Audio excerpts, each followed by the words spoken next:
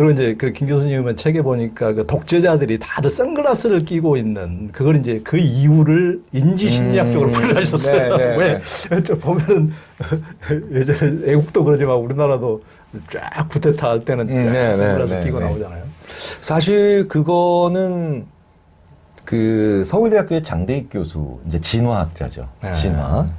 다윈의 식탁. 다윈 시리즈로 쭉 책을 쓰는. 그렇죠. 저랑 이제 굉장히 오랫동안 같이 공부도 하고, 그 다음에 여러 가지 또 이제 굉장히 친한 친구죠. 친구인데, 이 장대익 교수가 먼저 보여줬어요. 그러니까 왜 동물의 눈과 달리 인간의 눈은 이렇게 흰자위가 많으냐.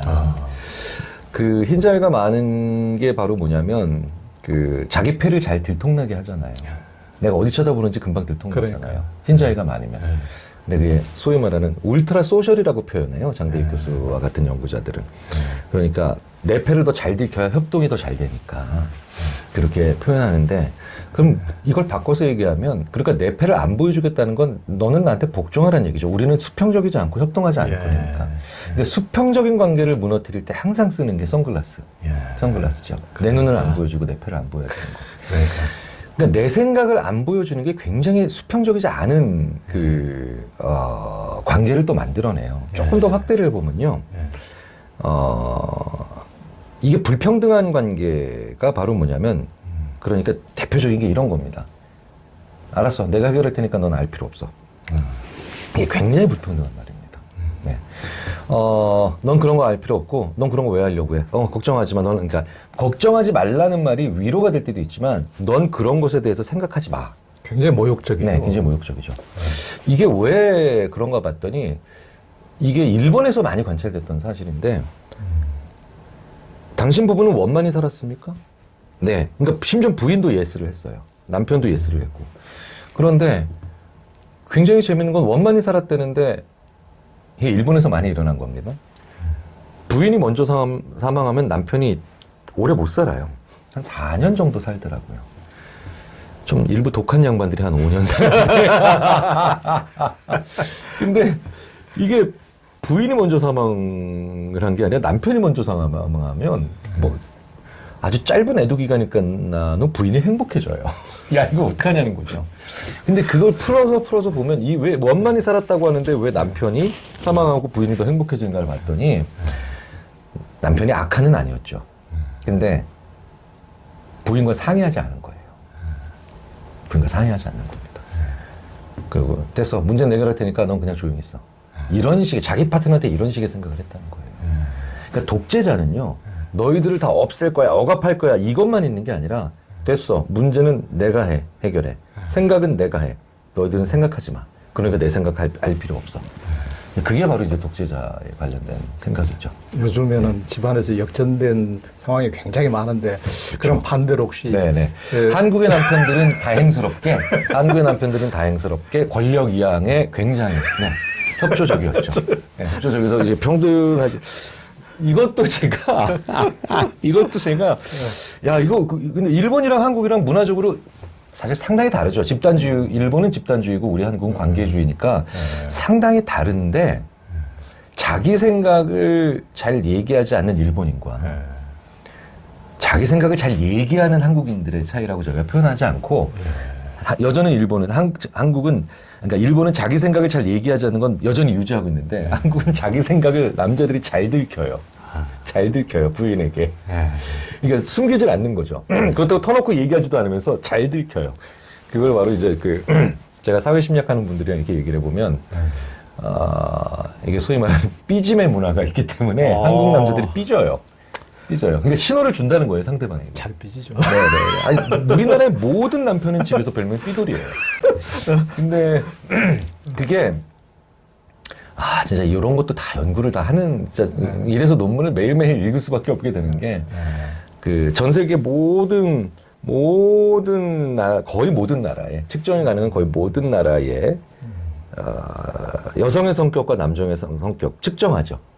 그러니까 이제 얼마나 비슷한가 봤더니,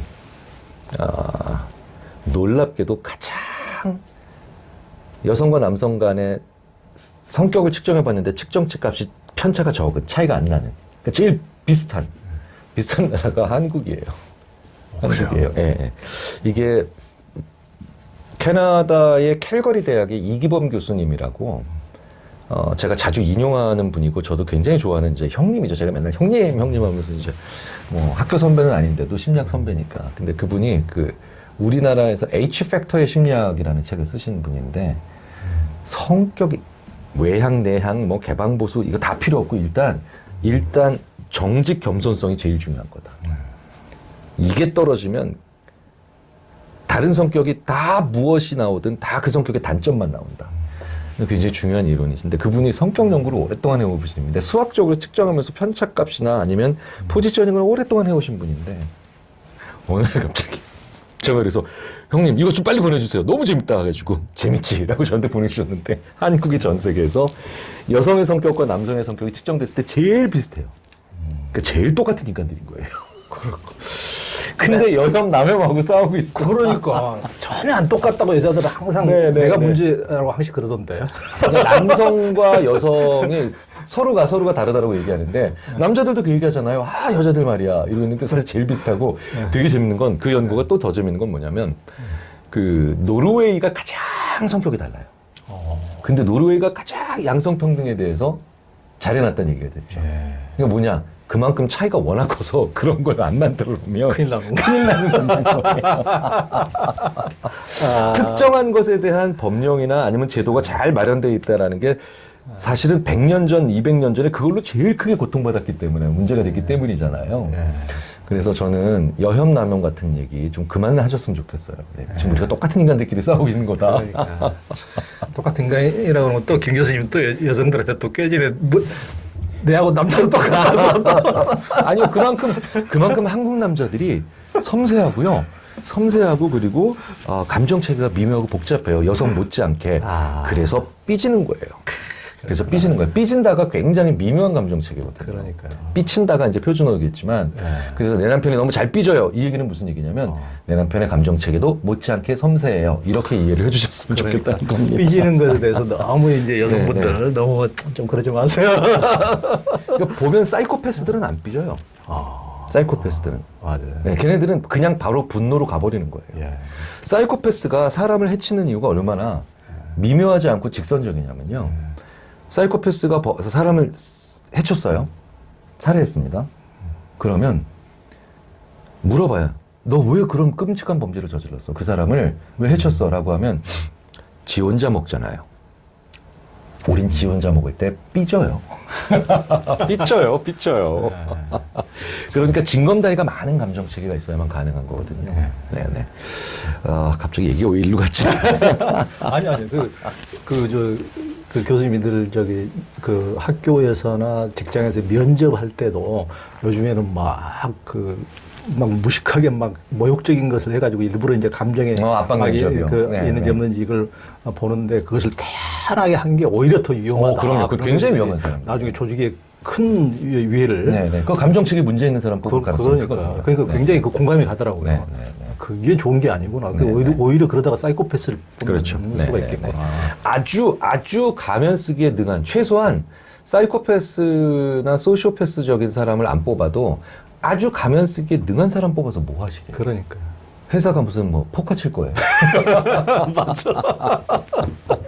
우리 한국인의 언어 습관 가운데 대표적인 게 이제 주어를 우리로 시작하는 것인데 우리 집, 우리 와이프, 우리 아이, 어디 뭐 구석기 시대에 뭐 공용으로 같이 아이들도 낳고 하는 시대도 아닌데 꼭 그러니까 뭐 우리가 처음에 영어 할 때도 굉장히 그 헷갈리는데 우리는 전부 다 우이라고 해석하면 정말 이해가 안 되는 전부 다 아이라고 해야 되고 그건 전부 다 아이를 나라고 이제 쓰고 일본만 해도 와다시와 거기 구분하죠. 내 것과 우리 걸로 정확히 구분하죠. 하는데 한국만 이렇게 하는 우리 왜 그렇습니까 그렇게? 여러 가지 것도 가설이 있죠. 추정이 가능하고요. 저는 이제 항상, 그러니까 심리학이 그러니까 심리학 연구자들이 꼭 대화를 해야 되는 사람들 중에 하나가 역사를 연구하는 사람들입니다. 왜냐하면 지금 보이고 있는 관찰되는 현상이 언제부터 시작됐는가에 대한 추정을 해야 되거든요. 역사 연구하는 분들이 그런 얘기 많이 하세요. 편지, 그러니까 서신, 일기 이런 데서 임진왜란, 양대호란, 경신기근 이런 아주 그냥 사실 몇백 년 만에 한 번씩 일어나야 되는 환란 이런 게 100년 안에 다 드러나고 그래서 그때부터 굉장히 우리라는 말이 많이 사용되기 시작했다라는 조언을 저희들한테 주세요. 역사 연구하는 분들이. 그러니까 왜냐면 나보다는 우리가 더 강하잖아요. 그리고 위기가 왔을 때 헤쳐나가는 건 우리로 뭉쳐야 되잖아요. 그러니까 한국 사람들이 그래서 어떤 특정한 이슈가 딱 됐을 때 갑자기 순간적으로 5천만이 한꺼번에 확 하고 우리로 뭉치는 때가 있죠. 그러니까 지금도 제가 미국에서 공부할 때 마침 그때가 2000년대 초반이라서 그 대학원 공부할 때가 한국에서 월드컵 할 때인데 진짜로요. ESPN은 스포츠 채널이기도 하지만 뭐 폭스, CNN 이런 모든 데서 한국 축구 4강 갔다는 거는 뭐 누구도 관심 없고 보도도 안 합니다. 계속해서 보도하는 건 어떻게 저렇게 5천만이 전 국민이 한 가지 색깔 옷을 입고 나와서 응원을 할까? 이게 너무 신기한 거예요. 너무 신기한 겁니다. 그리고 더 재밌는 건 그때 어떤 앵커가 그러더라고요. 어떻게 노래를 다 따라 부르지? 막 이러면서. 그러니까 이게 특정한 팀의 팬들이 한꺼번에 어떤 행동을 할 수는 있지만 국가가 그걸 할 때 모든 사람들이 한꺼번에 동의를 하면서 확 하고 동질적으로 묶이는 장면은 그들한테 굉장히 충격적인 거죠. 또 이제 학자들도 이제 그거는 이제 대중을 통해 알려진 사실이지만 연구자들끼리 지금도 가끔 물어봐요, 저한테. 야, 니네 진짜 98년인가 99년에 IMF 때 진짜 금 모았다며? 이런 거 물어봐요. 그러니까 금을 모으는 행동이 얼마나 그때의 위기를 타개하는데 도움이 됐느냐 안 됐느냐를 떠나서 이게 우리라고 하는 가치가 소위 말해서 굉장히 오래전부터, 꽤 오래전부터 만들어진데 분명한 건 근데요. 사실 2002년 월드컵만 빼고는 우리가 뭉칠 때는 대부분 위기가 왔을 때, 환란이 왔을 때죠. 네. 그래서 2002년 월드컵이 그렇게 신기했던 경험인 겁니다. 네네. 그런데 그렇게 우리를 만들어서 위기를 그리고 안전과 평화를 지켜내고 뭔가 국난국복이 취미생활인 그런 일들을 해나가면서 한 번쯤 우리가 생각해 볼 게 뭐냐면 근데 기쁨과 행복의 단위는 여전히 우리가 아니라 나거든요. 나죠. 네네. 그러니까 거의 미중의 사태라는 표현은 좀 그렇구나. 그러니까 정말 월드컵 같이 아주 특수한 상황이 아니면 안전, 평화, 위기 극복의 단위는 우리지만 행복과 기쁨의 단위는 나거든요. 그렇죠. 네네. 그러니까 우리나라 이름도 우리나라죠. 우리나라 대한민국이 아니고 우리나라죠. 네네네. 옆에 올라보니까 우리은행도 있거든요. 우리은행을 만드냐고 그러더라고. 외국 연구자들이요. 야 대박이다 니들은 이러면서. 그런데 우리라고 하는 그것이 조금 나와 우리가 밸런스가 맞을 필요가 있는데 사실 이게 그래서 일본이랑 한국이랑 제일 중요한 차이인 것 같아요. 집단주의와 관계주의. 그러니까 이 우리라고 하는 건 계속 변하거든요. 지금 우리 오늘 뭐 할까요? 이 우리는 도대체 뭐냐는 거예요. 네가 다니는 회사냐? 네가 포함된 국적이냐? 매번 바뀌죠. 그렇죠. 그래서 한국 사람들은 일본 사람들의 눈으로 보면 종잡을 수가 없고 한국 사람들이 보면 일본 사람들이 보면 성실하긴 한데 약간 맹목적인 것 같고 집단주의니까. 참 재밌었던 건 그래서 집단주의인 일본은 산업사회의 성장은 빨랐던 것 같아요. 왜냐하면 집단주의는 집단의 가치 아래 일렬행대로 다 헤쳐 보여져. 그러니까 문제가 잘 안 나와요. 잡음이 잘 안 일어나죠. 근데 관계주의는 끊임없이 이 관계 저 관계라고 하면서 막 역동적으로 부딪혀서 혼란스러운 것 같지만 계속해서 시끄럽죠. 근데 이게 산업사회에서는 그래서 집단주의가 더 유리했거든요. 근데 이렇게 다변화된 사회에서는 한국 사람이 훨씬 더 적응적인 거죠. 네. 그러니까 일본은 문제를 피해가고 문제를 외면하고 계속 우회적으로 돌아가는 데 능숙했던 사회인데 제가 일본 연구자들 우리나라 기업에서요. 한 2017년, 2018년부터 기업에서 오는 강연부터 자문 요청의 거의 3분의 1이 MZ세대와의 소통이에요. MZ세대와의 소통. 세대 소통, 세대 갈등, 세대 뭐 이런 거. 그러니까 50대 임원들도 와가지고 나한테 막 물어보세요. 이 친구들이랑 어떻게 하면 소통할 수 있을까요? 근데 일본 연구자들한테 물어보면 그런 거 왜 알고 싶어 하냐, 니들은. 왜? 그거 안 만나면 되는데. 저는 심지어 그래서 연령대가 다르면 다른 층에서 근무하는 회사도 봤다니까요, 일본에서. 문제를 직면하지 않는 거예요. 문제를.